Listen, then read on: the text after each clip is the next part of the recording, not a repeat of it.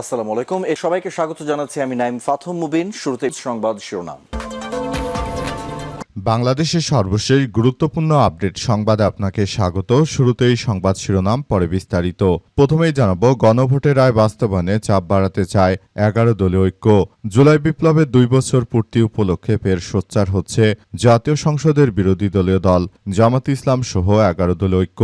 আজ থেকে ঘোষিত সভা সমাবেশ, মতবিনিময় এবং দোয়া মাহফিল সহ নানা কর্মসূচি নিয়ে একটানা 36 দিন মাঠে থাকবে জোটটি। জানাবো, চিলমারিতে আধা ঘণ্টায় ব্রহ্মপুত্রে বিলীন 25টি বসতঘর, আতঙ্কে তীরবর্তী মানুষ। কুড়িগ্রামের চিলমারি উপজেলার চিলমারি ইউনিয়নে ব্রহ্মপুত্র নদের ক্রমাগত ভাঙনে বসতভিটা এবং ফসলি জমি নদীগর্ভে বিলীন হচ্ছে। আধা ঘণ্টার ব্যবধানে 25টি বাড়িঘর সহ গত 3 দিনে অন্তত 50 পরিবারের বসতঘর নদীগর্ভে বিলীন হয়ে গেছে। অব্যাহত ভাঙনে শত শত একর আবাদি জমি হারিয়ে নিঃস্ব হয়ে পড়েছে নদীপাড়ের হাজার হাজার মানুষ। এদিকে শিক্ষকের বাড়িতে বোমা সদৃশ বস্তুর পাশে মিলল চিরকুট। মেহেরপুরের গাংনী উপজেলা কসবা গ্রামে আক্কাস আলী 45 নামের এক শিক্ষকের বাড়ি থেকে বোমা উদ্ধার করা হয়েছে। পাশে একটি চিরকুটে তাকে হুমকি দেওয়া হয়েছে। ইতিমধ্যে বিষয়টি সামাজিক যোগাযোগ মাধ্যমে ভাইরাল হয়েছে।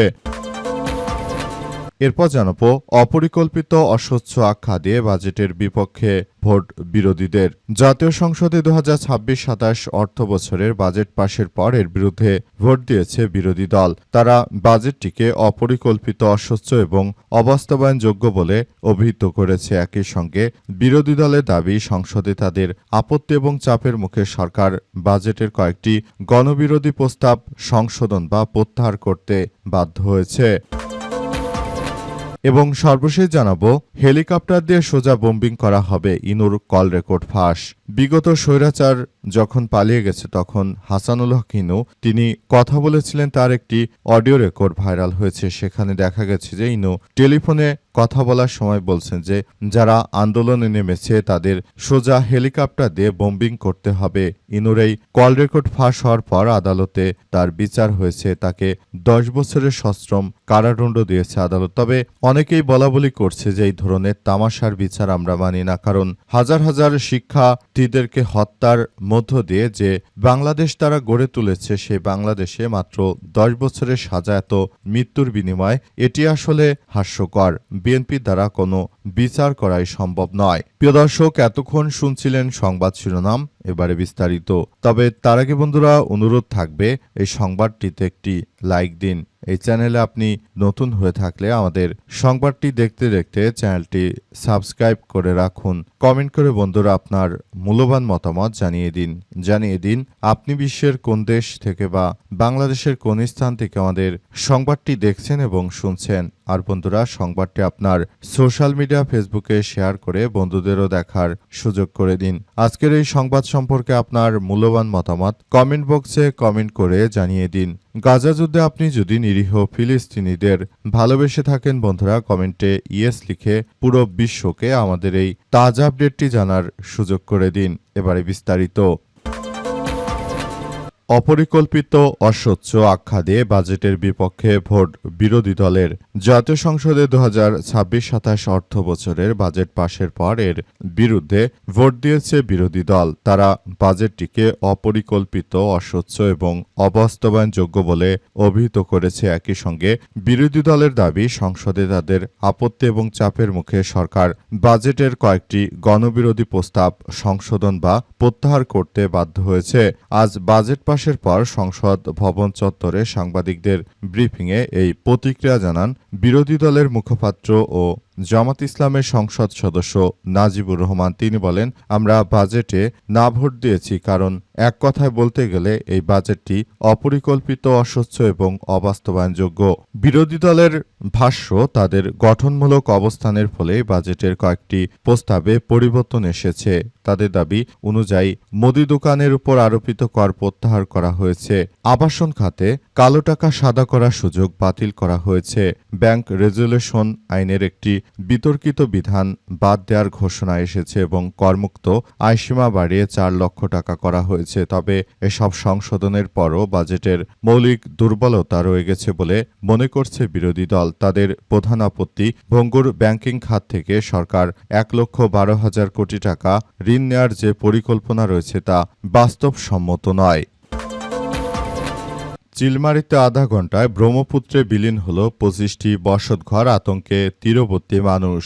কুড়িগ্রামে চিলমারি উপজেলা চিলমারি ইউনিয়নে ব্রহ্মপুত্র নদের ক্রমাগত ভাঙনে বসতভিটা এবং ফসলি জমি নদীগর্ভে বিলীন হয়ে যাচ্ছে।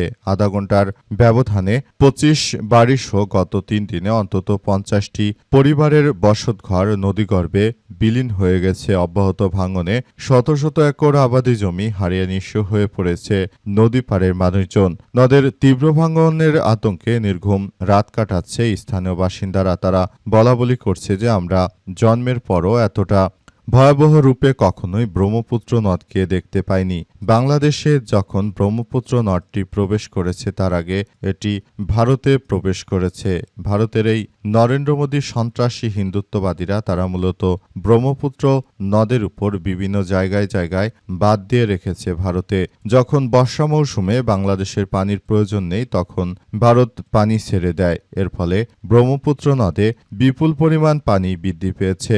পাশাপাশি বাংলাদেশে এই মুহূর্তে যে ধরনের কর্মকাণ্ড চলছে এভাবে যদি ভারতের হিন্দুত্ববাদীরা বাংলাদেশে এভাবে অসময় পানি ছেড়ে দেয়, যখন আমাদের কৃষকদের সেচের দরকার হয় তখন তারা পানি ছাড়ে না, তাহলে ভবিষ্যতে বাংলাদেশের জন্য আরো চরম দুর্যোগ অপেক্ষা করছে। তাই ভারতের এই কুখ্যাত সন্ত্রাসী নরেন্দ্র মোদী যতক্ষণ পর্যন্ত এই সন্ত্রাসী বাংলাদেশ ছেড়ে বাংলাদেশের বিরুদ্ধে সন্ত্রাসী কার্যক্রম বন্ধ না করবে ততক্ষণ পর্যন্ত এদেশে বন্যা হয়তো থামবে না, এমন কথাই আসলে বোঝা যাচ্ছে। তবে পুরো পরিস্থিতি কোন দিকে যায় সেটি এখন দেখার বিষয়।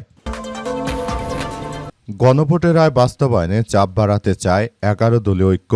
জুলাই বিপ্লবের 2 বছর পূর্তি উপলক্ষে ফের সোচ্চার হচ্ছে জাতীয় সংসদের বিরোধী দলীয় দল জামায়াতে ইসলাম সহ 11 দলীয় ঐক্য। আজ থেকে ঘোষিত সভা সমাবেশ, মতবিনিময়, দোয়া মাহফিল এবং নানা কর্মসূচি নিয়ে একটানা 36 দিন মাঠে থাকবে জোটটি। এছাড়াও আলাদাভাবে ব্যাপক কর্মসূচি পালন করবে জামায়াতে ইসলাম এবং জাতীয় নাগরিক পার্টি এনসিপি সহ শরিক দলগুলো। ছাত্র পেশাজীবী সংগঠনগুলো সক্রিয় থাকবে। ইসলামী ছাত্র শিবির ইতিমধ্যে 36 দিনব্যাপী কর্মসূচি ঘোষণা করেছে। সব কর্মসূচির মধ্য দিয়ে জুলাই বিপ্লবের চেতনাকে জাগ্রত করা, গণহত্যার বিচার এবং জুলাই সনদ বাস্তবায়নের জন্য গণভোটের রায় কার্যকর সরকারকে চাপ বাড়াতে চায় তারা। এমনকি জুলাই সনদ বাস্তবায়নে সরকারকে বাধ্য করতে প্রয়োজনে আরও কঠোর আন্দোলনের হুঁশিয়ারি দিয়েছে 11 দলীয় ঐক্য। এ বিষয়ে জানতে চাইলে জামায়াতে ইসলামের সেক্রেটারি জেনারেল অধ্যাপক মিয়া গোলাম পরোয়ার জানিয়েছেন যে বাংলাদেশটাকে সুন্দরভাবে গড়ে তুলতে যে কোনো ধরনের বিএনপির নাশকতা আমরা প্রতিহত করব। সেজন্য 11 দলীয় জোট তারা মাঠে নেমে কার্যক্রম চালাতে শুরু করেছে। 11 দলীয় ঐক্য তারা এমনভাবে কার্যক্রম চালাচ্ছে যে মূলত বিষয়গুলো খুব সুন্দরভাবে পরিলক্ষিত হচ্ছে। আসলে এ পর্যন্ত দখলদারেরা তারা যতই হুমকি ধামকি দেখ না কেন, 24-এর যারা ছাত্র আন্দোলনের রাস্তায় ছিল তারা আওয়ামী কিংবা বিএনপি সন্ত্রাসীদের কোনো নাশকতায় কোনোভাবে আসলে তাদেরকে ছাড় দেওয়া হবে না বলে উল্লেখ করা হয়েছে। এই ঘটনার মধ্য দিয়ে নতুন করে আবারও ভয়াবহ কার্যক্রম শুরু হচ্ছে এবং নতুন করে যে ধরনের সন্ত্রাসী কার্যক্রম তারা শুরু করেছিল সেটাকে প্রতিহত করা হচ্ছে। বর্তমান সময়ে জামাত ইসলাম কিংবা অন্যান্য রাজনৈতিক দলগুলো তারা কোনোভাবে আর বিএনপিকে কোনোরূপ সহযোগিতা করবে না। তারা জুলাই সনদের বাস্তবায়ন না হওয়া পর্যন্ত মাঠ ছাড়বে না। শিক্ষকের বাড়িতে বোমা সদৃশ বস্তুর পাশে মিলল চিরকুট। মেহেরপুরে গাংনী উপজেলার কসবা গ্রামে আক্কাস আলী 45 নামের এক শিক্ষকের বাড়ি থেকে একটি বোমা সদৃশ বস্তু বা চিরকুট উদ্ধার করা হয়েছে। পুলিশের সূত্র থেকে জানা গেছে যে এটি ওই শিক্ষককে আসলে যেভাবে তিনি আসলে কার্যক্রম চালাচ্ছিলেন, হয়তো কোনো শিক্ষার্থী তাকে এই বোমা সদৃশ বস্তু দিয়ে তাকে হত্যা করার উদ্দেশ্যে এটি করেছে বলে এমন তথ্য সামনে এসেছে ইদানিং। ইদানিং সারা দেশ জুড়ে যেমন নাশকতার ঘটনা বাড়ছে, এই ঘটনার মধ্য দিয়ে মূলত যে ধরনের কার্যক্রম শুরু হয়েছে সেটা কোনোভাবেই গ্রহণযোগ্য নয়। আসলে বিষয়গুলো সবার জন্য খুবই আতঙ্কিত এবং চরম হতাশার মধ্য দিয়ে চলে যাচ্ছে। আসলে এই ধরনের কর্মকাণ্ড যে শিক্ষকদেরকে তারা কোনোভাবেই মান্য দিতে চায় না। শিক্ষকদের নানাভাবে হ্যারাসমেন্ট করা হচ্ছে বিভিন্ন জায়গায়। বিশেষ করে বিএনপি সরকার ক্ষমতা আসার পর থেকে সারা দেশ জুড়ে এমন অস্বাভাবিক কার্যক্রম সৃষ্টি হয়, মূলত দেশ জুড়ে নতুন করে নাশকতামূলক কার্যক্রমের সৃষ্টি হয়েছে। নতুন এই বিষয়গুলো সামনে আসার পরই সবাই আতঙ্কিত হয়ে পড়েছে এবং সবাই বলাবলি করছে যে এই ধরনের ঘটনা তারা কোনোভাবেই মেনে নেবে না। আসলে মূল বিষয়গুলো কোন দিকে যাবে সেটি এখন পর্যন্ত বলা যাচ্ছে না। সবাই যার যার জায়গা থেকে বলাবলি করছে যে এটি তাদের জন্য খুবই বড় ও খারাপ কিছু বয়ে আনবে, কারণ সারা দেশ জুড়ে যদি এমন নাশকতার ঘটনা ঘটে সেটি কোনোভাবেই আসলে মেনে নেওয়া যায় না। এই ধরনের ঘটনা থেকে বেরিয়ে আসতে হবে।